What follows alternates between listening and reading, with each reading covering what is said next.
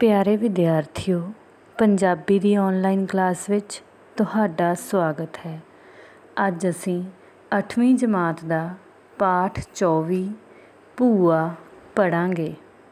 ये पाठ कहानी दे रूप विच साडी पाठ पुस्तक विच शामिल है, जिस दे कहानीकार हन नानक सिंह। प्यारे विद्यार्थियों, आओ पाठ पढ़ना शुरू करते हाँ। ਭੂਆ ਨੂੰ ਮਿਲਿਆਂ 10 ਤੋਂ ਵਧੇਕ ਵਰ੍ਹੇ ਬੀਤ ਗਏ ਸਨ। ਮੇਰੇ ਵੱਡੇ ਵਡੇਰਿਆਂ 'ਚੋਂ ਇਹੋ ਇੱਕ ਨਾਂ ਲੈਣ ਜੋਗੀ ਪੁਰਾਣੀ ਬੁੜੀ ਬਾਕੀ ਸੀ। ਅੱਜ ਵੀ ਉਹਨਾਂ ਦਿਨਾਂ ਦੀ ਸੁਪਨੇ ਵਾਂਗ ਮਾੜੀ ਜਿਹੀ ਯਾਦ ਬਾਕੀ ਹੈ, ਜਦ ਨਿੱਕੇ ਹੁੰਦਿਆਂ ਭੂਆ ਮੈਨੂੰ ਉਂਗਲੀ ਲਾ ਕੇ ਪਿਆਰ ਪੁਚਕਾਰ ਕੇ ਸਕੂਲ ਛੱਡਣ ਜਾਂਦੀ ਹੁੰਦੀ ਸੀ ਤੇ ਅੱਧੀ ਛੁੱਟੀ ਵੇਲੇ ਮੇਰੇ ਲਈ ਮਲਾਈ ਵਾਲੇ ਦੁੱਧ ਦਾ ਕੌਲ ਲਿਆਇਆ ਕਰਦੀ ਸੀ। ਇਸ ਗੱਲ ਨੂੰ 30-35 ਵਰ੍ਹੇ ਹੋ ਗਏ ਹੋਣੇ ਨੇ। ਇੱਕ ਇੱਕ ਕਰਕੇ ਸਾਰੇ ਉਹ ਜਿਹੜੇ ਮੈਨੂੰ ਕਾਕਾ ਪੁੱਤਰ ਆਖਣ ਦਾ ਅਧਿਕਾਰ ਰੱਖਦੇ ਸਨ, ਮੌਤ ਦਾ ਖਾਜਾ ਬਣ ਚੁੱਕੇ ਸਨ। ਪਰ ਮੇਰੀ ਭੂਆ ਕੰਧੀ ਉੱਤੇ ਰੁੱਖੜਾ ਬਣੀ ਖੜੀ ਸੀ। ਹਾਂ, ਤੇ ਮੈਂ ਐਤਕੀ ਜਦ ਆਪਣੇ ਇੱਕ ਰਿਸ਼ਤੇਦਾਰ ਦੇ ਮੁੰਡੇ ਦੀ ਸ਼ਾਦੀ 'ਤੇ ਗਿਆ ਤਾਂ ਭੂਆ ਨੂੰ ਮਿਲਣ ਦੀ ਖਾਹਸ਼ ਨੂੰ ਮੈਂ ਰੋਕ ਨਾ ਸਕਿਆ। ਭਾਵੇਂ ਕੱਚੀ ਸੜਕੇ ਪੂਰੇ 5 ਮੀਲ ਜਾਂਦਿਆਂ ਤੇ ਇੰਨੇ ਹੀ ਆਉਂਦਿਆਂ ਮੈਨੂੰ ਕੱਢਣੇ ਪੈਣੇ ਸਨ। ਗਰਮੀ ਦੀ ਰੁੱਤ ਤੇ ਪੇਂਡੂ ਵਿਆਹ।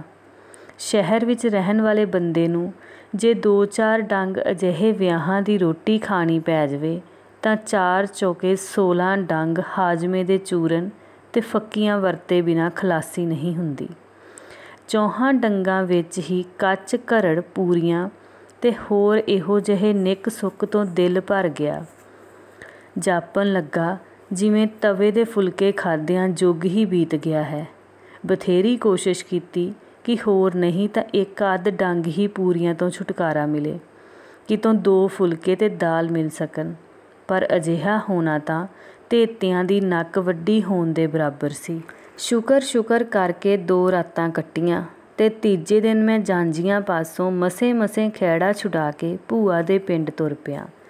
ਮੈਨੂੰ ਯਾਦ ਸੀ ਨਿੱਕੇ ਹੁੰਦਿਆਂ ਮੇਰੀ ਭੂਆ ਪਤਲੇ ਫੁਲਕੇ ਚੁੱਲ੍ਹੇ ਵਿੱਚ ਫੁਲਾ ਕੇ ਕਿੱਡੇ ਪਿਆਰ ਨਾਲ ਖਵਾਇਆ ਕਰਦੀ ਸੀ। ਸਵਾਰੀ ਦਾ ਕੋਈ ਪ੍ਰਬੰਧ ਨਾ ਹੋ ਸਕਿਆ।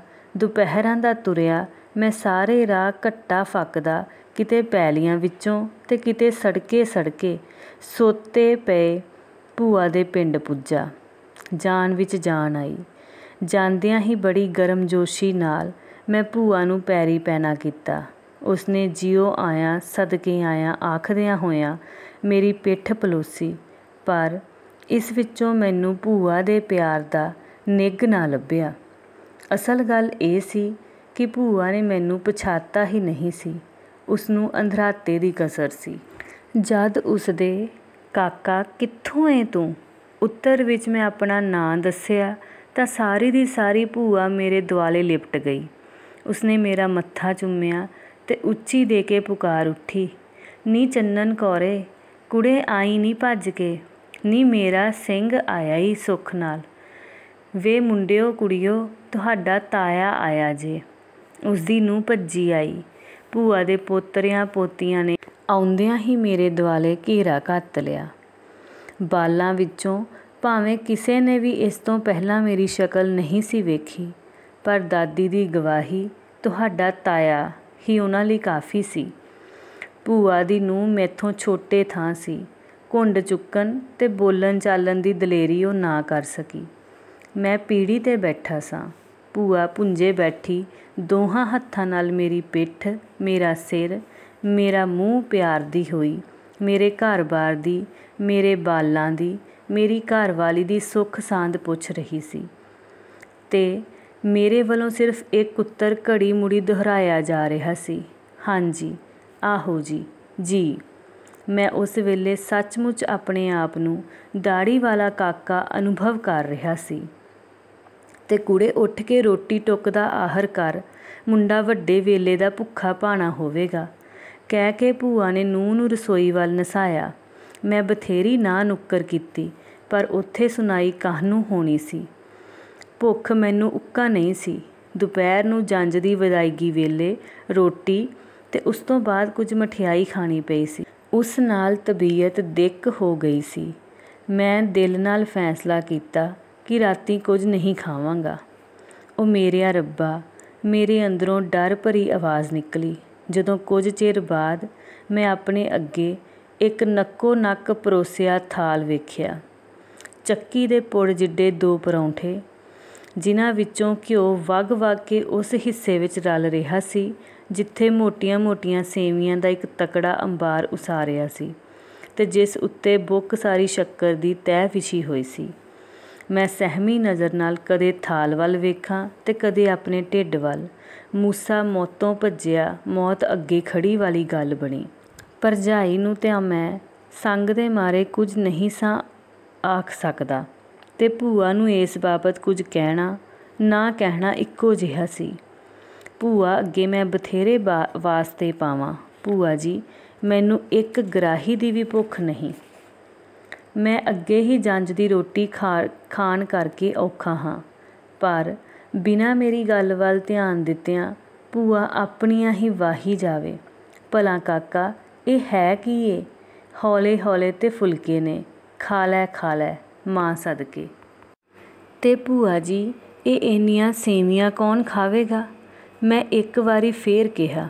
ਉਹ ਬੋਲੀ, ਖਾ ਲੈ ਬੀਬਾ ਪੁੱਤ, ਸੇਵੀਆਂ ਦਾ ਕੀ ਏ, ਇਹ ਤਾਂ ਐਵੇਂ ਮੂੰਹ ਮਿੱਠਾ ਕਰਨ ਲਈ ਨੇ। ਵੇਖੇ ਨਾ ਪੁੱਤ, ਇੱਥੇ ਬਾਹਰ ਥਾਵੇਂ ਕੀ ਪਿਆ ਲੱਭਦਾ ਏ, ਸ਼ਹਿਰਾਂ ਨਗਰਾਂ ਦੀ ਕੀ ਗੱਲ ਕਰਨਾ ਏ। ਉੱਥੇ ਤੇ ਜੋ ਬੱਤੀਆਂ ਦੰਦਾਂ 'ਚੋਂ ਮੰਗੋ ਮਿਲ ਜਾਂਦਾ ਏ। ਸੱਚ ਕਿਸੇ ਆਖਿਆ ਏ, ਅਖੇ ਸ਼ਹਿਰ ਵਸੰਦੇ ਦੇਵਤੇ, ਬਾਹਰ ਵਸੰਦੇ ਪ੍ਰੇਤ। ਇੱਥੇ ਤੇ ਵੀਰਾ ਇਹੋ ਦਾਲ ਸਾਗ ਹੀ ਜੁੜਦਾ ਏ। ਤੇਰਾ ਫੁੱਫੜ ਜਿਉਂਦਾ ਸੀ, ਅਸੀਂ ਇੱਕ ਵਾਰੀ ਅੰਬਰਸਰ ਗਏ, ਸਦਕੇ ਜਾਈਏ ਗੁਰੂ ਦੀ ਨਗਰੀ ਤੋਂ। ਸਬੱਬ ਨਾਲ ਮਹਾਰਾਜ ਦੇ ਦਰਸ਼ਨ ਹੋ ਗਏ। ਘਰਾਂ ਦੇ ਪੁਆੜਿਆਂ 'ਚੋਂ ਕਿੱਥੇ ਕਿਸੇ ਦਾ ਨਿਕਾਲ ਹੁੰਦਾ ਏ। ਇੱਕ ਵਾਰੀ ਮੇਰੀ ਜਠਾਣੀ ਦੇ ਫੁੱਲ ਗੰਗਾ ਜੀ ਲਿਜਾਣੇ ਸੀ ਅਤੇ ਮੈਨੂੰ ਆਖਣ ਲੱਗਾ, ਸੈਂਕਰ ਦੀ ਮਾਂ ਕਿਹੜਾ ਰੋਜ਼-ਰੋਜ਼ ਜਾਇਆ ਜਾਂਦਾ ਏ, ਖਸਮ ਨੂੰ ਖਾਣੀਆਂ ਲੋੜਾਂ ਤੇ ਪੂਰੀਆਂ ਹੁੰਦੀਆਂ ਨਹੀਂ, ਉਹ ਜਾਣੇ ਤੂੰ ਵੀ ਚਲੀ ਚੱਲ। ਅਤੇ ਮੈਂ ਵੀ ਇਸੇ ਸਬੱਬ ਚਲੀ ਗਈ। ਦਿਲ ਤੇ ਬਥੇਰਾ ਕਰਦਾ ਏ ਵੀ ਇੱਕ ਵਾਰੀ ਫੇਰ ਗੰਗਾ ਮਾਈ ਦੇ ਇਸ਼ਨਾਨ ਕਰ ਆਵਾਂ। ਸ਼ੈਂਕਰ ਨੂੰ ਕਿੰਨੀ ਵੇਰਾਂ ਵਾਸਤੇ ਪਾ ਚੁੱਕੀ ਆਂ ਭਈ ਮੁੰਡਿਆ, ਜਿੱਥੇ ਹੋਰ ਸੈਂਕੜੇ ਖਰਚਣਾ, ਖਾਨਾ ਏ ਇਹ ਵੀ ਜੱਸ ਖੱਟ ਛੱਡ। ਪਰ ਉਹ ਤੇ ਸੁਣਦਾ ਹੀ ਨਹੀਂ ਮੇਰੀ ਗੱਲ। ਭੂਆ ਬਿਨਾਂ ਰੁਕਿਆਂ ਆਪਣੀ ਵਿਆਖਿਆ ਕਰੀ ਜਾ ਰਹੀ ਸੀ ਅਤੇ ਇੱਧਰ ਮੈਂ ਸੋਚ ਰਿਹਾ ਸਾਂ, ਅੱਗੇ ਜਠਾਣੀ ਦੇ ਫੁੱਲ ਲੈ ਕੇ ਗਈ ਸੀ, ਹੁਣ ਭਾਵੇਂ ਭਤੀਜੇ ਦੇ ਫੁੱਲਾਂ ਦੀ ਵਾਰੀ ਹੈ। ਅਖੀਰ ਇਹੋ ਸੋਚ ਕੇ ਕਿ ਅੱਛਾ ਉਖਲੀ ਵਿੱਚ ਸਿਰ ਦਿੱਤਾ, ਹੁਣ 4 ਸੱਟਾਂ ਵੱਧ ਕੀ ਅਤੇ 4 ਘੱਟ ਕੀ, ਖਾਣਾ ਸ਼ੁਰੂ ਕੀਤਾ। ਅਜੇ 2-4 ਬੁਰਕੀਆਂ ਹੀ ਲਾਈਆਂ ਸਨ ਕਿ ਭਰਜਾਈ ਨੇ ਪੰਗਰੇ ਹੋਏ ਘਿਓ ਦਾ ਭਰਿਆ ਹੋਇਆ ਕੌਲ ਲਿਆ ਕੇ ਸੇਵੀਆਂ ਉੱਤੇ ਉਲੱਦ ਦਿੱਤਾ। ਘਿਓ ਸੇਵੀਆਂ ਵਿੱਚੋਂ ਫਿਰਦਾ ਫਰਾਂਦਾ ਸਾਰੇ ਥਾਲ ਵਿੱਚ ਫੈਲ ਗਿਆ ਅਤੇ ਸੇਵੀਆਂ ਦਾ ਢੇਰ ਸਮੁੰਦਰ ਵਿੱਚ ਖੜ੍ਹੇ ਇੱਕ ਛੋਟੇ ਜਜ਼ੀਰੇ ਵਾਂਗ ਬਣ ਗਿਆ। ਮੈਂ ਬਥੇਰਾ ਨਾ ਕਰਦਾ ਰਿਹਾ, ਪਰ ਮੇਰੀ ਕੌਣ ਸੁਣਦਾ ਸੀ। ਇਸ ਆਪ ਸਹੇੜੀ ਮੌਤ ਤੋਂ ਕੀਕਣ ਛੁਟਕਾਰਾ ਮਿਲੇ, ਬਥੇਰਾ ਸੋਚਿਆ ਪਰ ਕੋਈ ਰਾਹ ਨਾ ਲੱਭਾ। ਪਰੌਂਠੇ ਤਾਂ ਖੈਰ 2 ਨਹੀਂ ਤਾਂ 1.5 ਕੁ ਮੈਂ ਕਿਸੇ ਤਰ੍ਹਾਂ ਤੁੰਨ ਕੇ ਲੰਘਾ ਲਏ, ਪਰ ਸੇਵੀਆਂ ਦਾ ਕੀ ਬਣੇ। ਸਲਾਹ ਹੋਈ ਕਿ ਭੂਆ ਨੂੰ ਦਿਸਦਾ ਤੇ ਹੈ ਨਹੀਂ, ਹੋਵੇ ਨਾ ਤਾਂ 1-2 ਰੁੱਗ ਭਰ ਕੇ ਕਿਸੇ ਬੰਨੇ ਸੁੱਟ ਹੀ ਛੱਡਾਂ, ਕੁਝ ਤਾਂ ਭਾਰ ਹੌਲਾ ਹੋਵੇ। ਪਰ ਉਸ ਅੱਖਾਂ ਵਾਲੀ ਕਮਬਖ਼ਤ ਭਰਜਾਈ ਦਾ ਕੀ ਕਰਦਾ, ਜਿਹੜੀ ਘਿਓ ਦਾ ਕੌਲ ਖਾਲੀ ਕਰਨ ਤੋਂ ਬਾਅਦ ਟੋਕਰੇ ਵਰਗਾ ਮੂੰਹ ਲੁਕਾਈ ਮੇਰੇ ਲਾਗੇ ਪਲੱਥਾ ਮਾਰ ਕੇ ਬੈਠੀ ਸੀ। ਚਿੜੀ ਚੋਗੇ ਵਾਂਗ ਮੈਂ ਇੱਕ ਸੇਵੀਂ ਮੂੰਹ ਵਿੱਚ ਪਾ ਕੇ ਚਿੱਥ ਕੇ ਲੰਘਾਉਣ ਦੀ ਕੋਸ਼ਿਸ਼ ਕਰ ਰਿਹਾ ਸਾਂ ਕਿ ਭਰਜਾਈ ਦੇ ਦਿਲ ਵਿੱਚ ਖਬਰੇ ਤਰਸ ਆ ਗਿਆ। ਉੱਠ ਕੇ ਅੰਦਰ ਚਲੀ ਗਈ ਅਤੇ ਮੈਂ ਕਾਹਲੀ ਨਾਲ ਸੱਜੇ ਖੱਬੇ ਤੱਕਿਆ ਕਿ ਕਿਹੜੇ ਪਾਸੇ ਰੁੱਗ ਸੁੱਟਾਂ। ਪਿਛਲੀ ਕੰਧ ਦੀ ਨੁੱਕਰੇ ਇੱਕ ਤੰਦੂਰ ਲੱਗਾ ਹੋਇਆ ਸੀ। ਮੈਂ ਸੋਚਿਆ ਇਹ ਠੀਕ ਹੈ, ਰਾਤ ਨੂੰ ਕਿਤੇ ਮੌਕਾ ਮਿਲਿਆ ਤਾਂ ਸਵਾਹ ਨੂੰ ਹੇਠਾਂ ਉਤਾਂਹ ਕਰਕੇ ਢੱਕ ਛੱਡਾਂਗਾ ਬਸ। ਅਤੇ ਮੈਂ ਦਿਲ ਪੀਡਾ ਕਰਕੇ ਜਿੰਨੀਆਂ ਕੁ ਸੇਵੀਆਂ ਮੇਰੀ ਲੱਪ ਵਿੱਚ ਆ ਸਕਦੀਆਂ ਸਨ ਰੁੱਗ ਭਰ ਲਿਆ। ਹੱਥ ਪਿਛਾਂਹ ਲੈ ਜਾਣ ਲਈ ਥਾਲੀ ਤੋਂ ਚੁੱਕਿਆ ਹੀ ਸੀ कि फिर ਉਹੀ ਭਾਬੀ ਸਿਰ 'ਤੇ ਆ ਧਮਕੀ ਤੇ ਬਿਨਾਂ ਪੁੱਛਿਆਂ ਇੱਕ ਹੋਰ ਪਰੌਂਠਾ ਥਾਲੀ ਵਿੱਚ ਦੇ ਮਾਰਿਆ। ਸੇਵੀਆਂ ਮੁੜ ਥਾਲੀ ਦੇ ਹਵਾਲੇ ਕਰਕੇ ਮੈਂ ਹੱਥ ਪੈਰ ਛੰਡ ਬੈਠਾ। ਹੁਣ ਖੈਰ ਨਹੀਂ। ਅੱਧ ਪਚੱਦਾ ਮੁਕਾ ਕੇ ਕਿਸੇ ਤਰ੍ਹਾਂ ਇੱਕ ਕਾਲ ਰੂਪੀ ਥਾਲ ਤੋਂ ਮੇਰੀ ਖਲਾਸੀ ਹੋਈ, ਪਰ ਹੁਣ ਇੱਥੋਂ ਉੱਠ ਕੇ ਮੰਜੇ ਤੀਕ ਜਾਣ ਦੀ ਹਿੰਮਤ ਬਾਕੀ ਨਹੀਂ ਸੀ। ਪੇਟ ਪਾਟਣ ਵਾਲਾ ਹੀ ਹੋ ਰਿਹਾ ਸੀ। ਸਾਹ ਨਾਲ ਸਾਹ ਨਹੀਂ ਸੀ ਰਲਦਾ। ਅਖੀਰ ਕਿਸੇ ਤਰ੍ਹਾਂ ਇਹ ਮੁਹਿੰਮ ਵੀ ਪੂਰੀ ਹੋਈ ਤੇ ਮੈਂ ਵਿਹੜੇ ਵਿੱਚ ਵਿਛੇ ਹੋਏ ਬਿਸਤਰੇ 'ਤੇ ਜਾ ਡੱਠਾ। ਘੜੀ ਮੁੜੀ ਆਪਣੇ ਆਪ ਨੂੰ ਫਿਟਕਾਰਦਾ ਸਾਂ ਕਿ ਜੇ ਮਰਨਾ ਹੀ ਸੀ ਤਾਂ ਘਰ ਜਾ ਕੇ ਕਿਉਂ ਨਾ ਮਰਨ ਦਾ ਇੰਤਜ਼ਾਮ ਕੀਤਾ। ਅਕਲ ਕਾਨ 'ਚ ਜਾਨ ਆ ਗਈ। ਸੱਜਿਓਂ ਖੱਬੇ ਤੇ ਖੱਬਿਓਂ ਸੱਜੇ ਉਸਲਵਾਟੇ ਲੈਂਦਾ ਸਾਂ, ਪਰ ਕਿਸੇ ਪਾਸੇ ਵੀ ਚੈਨ ਨਹੀਂ ਸੀ ਆਉਂਦਾ। ਅਫਰੇਵਾਂ ਵੱਧਦਾ ਜਾ ਰਿਹਾ ਸੀ ਤੇ ਉੱਤੋਂ ਆਖਰਾਂ ਦਾ ਵੱਟ ਮੁੜਕਾ ਵਗ ਵਗ ਕੇ ਵਿਛਾਈ ਭਿਉਂ ਰਿਹਾ ਸੀ। ਪੱਖੀ ਮੇਰੇ ਕੋਲ ਪਈ ਸੀ, ਪਰ ਫੜ ਕੇ ਝੱਲਣ ਦੀ ਹਿੰਮਤ ਨਹੀਂ ਸੀ। ਅੱਧਾ ਪੌਣਾ ਘੰਟਾ ਮੱਛੀ ਵਾਂਗ ਤੜਫਦਿਆਂ ਹੋਰ ਬਰਦਾਸ਼ਤ ਕਰਨ ਦੀ ਹਿੰਮਤ ਨਾ ਰਹੀ। ਉੱਠ ਕੇ ਬੈਠ ਗਿਆ ਤੇ ਸੋਚਣ ਲੱਗਾ ਕਿ ਜੇ ਕੋਈ ਮੁੰਡਾ ਕੁੜੀ ਜਾਗਦਾ ਹੋਵੇ ਤਾਂ ਉਸਨੂੰ ਆਖ ਕੇ ਥੋੜ੍ਹੀ ਜਵੈਣ ਹੀ ਮੰਗ ਵੇਖਾਂ।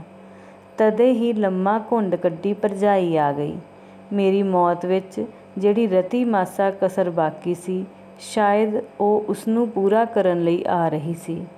ਉਸਦੇ ਹੱਥ ਵਿੱਚ ਕੰਡਿਆਂ ਤੀਕ ਭਰਿਆ ਹੋਇਆ ਦੁੱਧ ਦਾ ਛੰਨਾ ਸੀ। ਭਰਜਾਈ ਦੀ ਥਾਂ ਜੇ ਕਦੇ ਇਸ ਵੇਲੇ ਮੇਰੀ ਵਹੁਟੀ ਹੁੰਦੀ ਤਾਂ ਇਹੋ ਸੜਦੇ ਸੜਦੇ ਦੁੱਧ ਦਾ ਛੰਨਾ ਖੋਹ ਕੇ ਉਸਦੇ ਮੂੰਹ 'ਤੇ ਚੁੱਕ ਮਾਰਦਾ। ਪਰ ਕਰਦਾ ਕੀ? ਉਹ ਸੀ ਹੀ ਭਰਜਾਈ ਤੇ ਫਿਰ ਭੂਆ ਦੀ ਨੂੰਹ, ਜਿਸ ਨਾਲ ਨਾ ਬੋਲ ਨਾ ਚਾਲ। ਇੱਕ ਵੇਰੀ ਇਨਕਾਰ, ਦੂਜੀ ਵੇਰੀ, ਤੀਜੀ ਵੇਰੀ, ਪਰ ਭਰਜਾਈ ਨੇ ਬੋਲਣਾ ਥੋੜ੍ਹਾ ਸੀ। ਹੱਥ ਵਿੱਚ ਕਟੋਰਾ ਲਈ ਜਿਉਂ ਦੀ ਤਿਉਂ ਖੜ੍ਹੀ ਰਹੀ। ਬੜੀ ਮੁਸੀਬਤ ਬਣੀ। ਜਦੋਂ ਕੋਈ ਪੇਸ਼ ਨਾ ਗਈ ਤਾਂ ਮੈਨੂੰ ਇੱਕ ਵਿਉਂਤ ਸੁੱਝੀ। ਮੈਂ ਕਟੋਰਾ ਲੈ ਪੈਂਦ ਵੱਲੋਂ ਖੇਸ ਚੁੱਕ ਕੇ ਉੱਥੇ ਟਿਕਾਉਂਦਿਆਂ ਹੋਇਆਂ ਕਿਹਾ, ਮੈਨੂੰ ਠੰਡਾ ਪੀਣ ਦੀ ਆਦਤ ਹੈ। ਉਹ ਸ਼ਾਇਦ ਆਪਣੇ ਜੇਠ ਨੂੰ ਇੰਨੀ ਖੇਚਲ ਨਹੀਂ ਸੀ ਦੇਣਾ ਚਾਹੁੰਦੀ, ਜਾਂ ਖਬਰੇ ਇਹ ਖਿਆਲ ਕਰਕੇ ਕਿ ਜੇਠ ਜੀ ਦੁੱਧ ਪੀਣ ਲਈ ਬਹੁਤ ਉਤਾਵਲੇ ਹੋਣਗੇ, ਭੱਜ ਕੇ ਗੜਵੀ ਚੁੱਕ ਲਿਆਈ ਤੇ ਫੈਂਟ ਫੈਂਟ ਕੇ ਠੰਡਾ ਕਰਨ ਲੱਗੀ। ਛੰਨਾ ਫਿਰ ਮੇਰੇ ਹੱਥਾਂ ਵਿੱਚ। ਖਿਆਲ ਸੀ ਸ਼ਾਇਦ ਫੜਾ ਕੇ ਤੁਰਦੀ ਬਣੇਗੀ, ਪਰ ਸੱਸ ਨੇ ਸ਼ਾਇਦ ਉਸਨੂੰ ਚੇਤਾਵਨੀ ਕਰਕੇ ਭੇਜਿਆ ਸੀ ਕਿ ਖਾਲੀ ਛੰਨਾ ਲੈ ਕੇ ਮੁੜੇ। ਇਸ ਵੇਲੇ ਜੇ ਕਦੇ ਉਸ ਛੰਨੇ ਦੀ ਥਾਂ ਮੈਨੂੰ ਕੋਈ ਸੰਖੀਏ ਦੀ ਗੋਲੀ ਦੇ ਦਿੰਦਾ ਤਾਂ ਨਿਸ਼ਚੇ ਹੀ ਮੈਂ ਉਸਨੂੰ ਇਸ ਤੋਂ ਤਰਜੀਹ ਦਿੰਦਾ। 1 ਘੁੱਟ, 2 ਘੁੱਟ, 4 ਘੁੱਟ, ਪਰ ਕੀ ਇਸ ਤਰ੍ਹਾਂ ਇਹ ਛੱਪੜ ਜਿੰਨਾ ਛੰਨਾ ਮੁੱਕਣ ਵਾਲਾ ਸੀ? ਖਸਮ ਨੂੰ ਖਾ ਗਿਆ ਇਹੋ ਜਿਹਾ ਸੰਕੋਚ। ਮੇਰੀ ਨਹੀਂ ਸਲਾਹ ਹੱਲੇ ਮਰਨ ਦੀ। ਦਿਲ ਵਿੱਚ ਇਹ ਸੋਚ ਕੇ ਮੈਂ ਬਸ ਕਹਿੰਦਿਆਂ ਹੋਇਆਂ ਛੰਨਾ ਉਸ ਵੱਲ ਵਧਾਇਆ, ਪਰ ਉਹ ਫੜਨ ਦੀ ਬਜਾਏ 1-2 ਕਦਮ ਪਿਛਾਂਹ ਹਟ ਗਈ। ਅੱਛਾ, ਜਰਾ ਠਹਿਰ ਕੇ ਪੀਆਂਗਾ, ਕਹਿ ਕੇ ਮੈਂ ਛੰਨਾ ਜਾਣ ਬੁੱਝ ਕੇ ਮੰਜੇ ਦੀ ਪੈਂਦ ਵੱਲ ਹੀਹ 'ਤੇ ਰੱਖ ਦਿੱਤਾ। ਹੀਹ ਇੰਨੀ ਚੌੜੀ ਨਹੀਂ ਸੀ ਕਿ ਇਸ ਪਰਾਤ ਜਿੱਡੇ ਛੰਨੇ ਨੂੰ ਝੱਲ ਸਕਦੀ। ਠੰਨ ਕਰਦਾ ਛੰਨਾ ਭੁੰਜੇ ਜਾ ਪਿਆ ਤੇ ਦੁੱਧ ਡੁੱਲ ਗਿਆ। ਓਹੋ, ਕਹਿ ਕੇ ਮੈਂ ਛੰਨਾ ਭੁੰਜਿਓਂ ਚੁੱਕਿਆ ਤੇ ਭਰਜਾਈ ਨੇ ਝੱਟ ਮੇਰੇ ਹੱਥੋਂ ਫੜ ਲਿਆ। ਕੀ ਹੋਇਆ ਕੁੜੇ? ਕਹਿੰਦੀ ਹੋਈ ਭੂਆ ਆਪਣੀ ਡੰਗੋਰੀ ਖੜਕਾਉਂਦੀ ਮੇਰੇ ਪਾਸ ਆ ਪੁੱਜੀ। ਕੁਝ ਨਹੀਂ, ਦੁੱਧ ਡੁੱਲ ਗਿਆ ਏ, ਨੂੰਹ ਨੇ ਸ਼ਰਮਿੰਦਗੀ ਭਰੀ ਨੀਵੀਂ ਆਵਾਜ਼ ਵਿੱਚ ਕਿਹਾ। ਤੇ ਫੇਰ ਕੀ ਹੋਇਆ? ਦੁੱਧ ਦਾ ਕਾਲ ਏ, ਜਾਂ ਹੋਰ ਲੈ ਆ ਜਾ ਕੇ, ਕਹਿੰਦੀ ਹੋਈ ਭੂਆ ਮੇਰੇ ਕੋਲ ਆ ਬੈਠੀ। ਮੈਂ ਆਖਿਆ 2 ਘੜੀਆਂ ਬਹਿ ਕੇ ਦੁੱਖ ਸੁੱਖ ਦੀਆਂ ਗੱਲਾਂ ਕਰਾਂਗੀ। ਫਿਰ ਸੋਚਿਆ ਥੱਕਿਆ ਹੋਵੇਂਗਾ, ਕਾਹਨੂੰ ਔਖਿਆਂ ਕਰਾਂ ਸੂ, ਰਮਾਨ ਕਰ ਲਵੇ 2 ਘੜੀਆਂ। ਮੈਂ ਦਿਲ ਵਿੱਚ ਆਖਿਆ, ਭੂਆ ਹੁਣ ਤੂੰ ਜ਼ਰੂਰ ਹਰਿਦੁਆਰ ਦਾ ਇਸ਼ਨਾਨ ਕਰਵਾਏਂਗੀ। ਇਸ ਵੇਲੇ ਨੂੰਹ ਨੇ ਆ ਕੇ ਸੱਸ ਦੇ ਕੰਨ ਵਿੱਚ ਕੁਝ ਕਿਹਾ ਤੇ ਭੂਆ ਨੇ ਗੁੱਸੇ ਨਾਲ ਉੱਤਰ ਦਿੱਤਾ, ਕੀ ਆਖਿਆ ਈ? ਜਾਗ ਲਾ ਛੱਡੀਏ ਸਾਰੇ ਨੂੰ ਹੀ? ਹਾਏ ਹਾਏ ਰੱਬਾ, ਮੈਂ ਕਹੀ ਸੜ ਗਈ ਆ ਇਸ ਹੱਥੋਂ। ਸਾਰੇ ਦੁੱਧ ਨੂੰ ਕਾਹਨੂੰ ਜਾਗ ਫੂਕਣੀ ਸੀ? ਮੁੰਡਾ ਵਿਚਾਰਾ ਹੁਣ ਝਾਟਾ ਮੇਰਾ ਪੀਵੇਗਾ। ਸਵੇਰ ਦਾ ਭੁੱਖਾ ਪਾਣਾ, ਸੰਧਿਆ ਵੇਲੇ ਦੇ 2 ਫੁਲਕੇ ਖਾਧੇ ਸੂ, ਉੱਤੋਂ ਸੋਤਾ ਪਿਆ ਏ। ਇੰਨੇ ਵਿਚਾਰੇ ਨੇ ਕੋਈ ਰੋਜ਼-ਰੋਜ਼ ਆਉਣਾ ਸੀ ਸਾਡੇ ਘਰ। ਜਾ ਕੇ ਰਾਮੇ ਕਿਆਂ ਦਿਓ ਘਰੋਂ ਦੁੱਧ ਦਾ ਛੰਨਾ ਲੈ ਕੇ ਆ। ਨਾ ਭੂਆ ਜੀ, ਤੁਹਾਨੂੰ ਮੇਰੇ ਸਿਰ ਦੀ ਸਹੁੰ, ਜੇ ਦੁੱਧ ਨੂੰ ਭੇਜੋ, ਮੈਂ ਤਰਲੇ ਨਾਲ ਕਿਹਾ। ਲੈ ਹੋਰ ਸੁਣ, ਭੂਆ ਪਿਆਰ ਨਾਲ ਘੁਰਕੀ ਨਾਲ ਬੋਲੀ, ਇਹ ਵੀ ਕੋਈ ਰਾਹ ਏ? ਸਵੇਰ ਦਾ ਭੁੱਖਣ ਭਾਣਾ, ਮਾਂ ਸਦਕੇ ਸ਼ਰਮ ਕਿਹੜੀ ਗੱਲ ਦੀ ਕਰਨੀ ਹੋਈ? ਇਹ ਕੋਈ ਬਗਾਨਾ ਘਰ ਏ? ਮੈਂ ਤੇ ਸਹਿਕ ਕੇ ਲਿਆ ਸੀ ਤੈਨੂੰ। ਤਿੰਨਾਂ ਘਰਾਂ ਵਿੱਚੋਂ ਤੂੰ ਤੇ ਵੱਡਿਆਂ ਦੀ ਨਿਸ਼ਾਨੀ ਏ। ਪੁੱਤਰ, ਕਿਹੜੇ ਜੱਫਰ ਨੇ ਜਿਹੜੇ ਤੈਨੂੰ ਲੈਣ ਲਈ ਅਸੀਂ ਨਹੀਂ ਜਾਲੇ ਹੋਣੇ। ਤੇ ਭੂਆ ਬੋਲਦੀ ਗਈ। ਮੇਰੇ ਕੰਨ ਭੂਆ ਦੀਆਂ ਗੱਲਾਂ ਵੱਲ ਸਨ, ਪਰ ਧਿਆਨ ਬੂਹੇ ਵੱਲ ਸੀ। ਭਰਜਾਈ ਆ ਗਈ ਤੇ ਮੈਂ ਰੱਬ ਦਾ ਸ਼ੁਕਰ ਕੀਤਾ। ਖਾਲੀ ਕਟੋਰਾ ਉਸਦੇ ਹੱਥ ਵਿੱਚ ਸੀ ਤੇ ਸੱਸ ਨੂੰ ਬੜੀ ਨਿਰਾਸ਼ ਆਵਾਜ਼ ਵਿੱਚ ਕਹਿਣ ਲੱਗੀ, ਉਹਨਾਂ ਦੀ ਤੇ ਅੱਜ ਕੱਟੀ ਚੁੰਘ ਗਈ ਏ। ਸੁਣਦਿਆਂ ਸਾਰ ਭੂਆ ਬੋਲ ਉੱਠੀ, ਬਸ ਲੱਗ ਗਈ ਅੱਗ ਹੁਣ ਸਾਰੇ ਪਿੰਡ ਨੂੰ। ਉਹੀਓ ਦੁੱਧ ਜਿਹਨੂੰ ਕੁੱਤੇ ਨਹੀਂ ਕਬੂਲਦੇ, ਅੱਜ ਕਾਲ ਪੈ ਗਿਆ ਏ। ਮੁੰਡਾ ਆਖੇਗਾ ਕਿ ਇਹ ਚੰਦਰੇ ਘਰ ਆ ਵੜਿਆ ਵਾਂ, ਜੋ ਦੁੱਧ ਦੀ ਛਿੱਟ ਵੀ ਨਹੀਂ ਜੁੜਦੀ। ਤੇ ਉਹ ਸ਼ਰਮਿੰਦਗੀ ਤੇ ਰਹਿਮ ਵਾਲੇ ਭਾਵਾਂ ਨਾਲ ਮੇਰੀ ਪਿੱਠ ਦੇ ਉੱਤੇ ਹੱਥ ਫੇਰਦੀ ਹੋਈ ਬੋਲੀ, ਤੇ ਕਾਕਾ ਭੁੱਖਾ ਹੀ ਸਵੇਗਾ ਹੁਣ।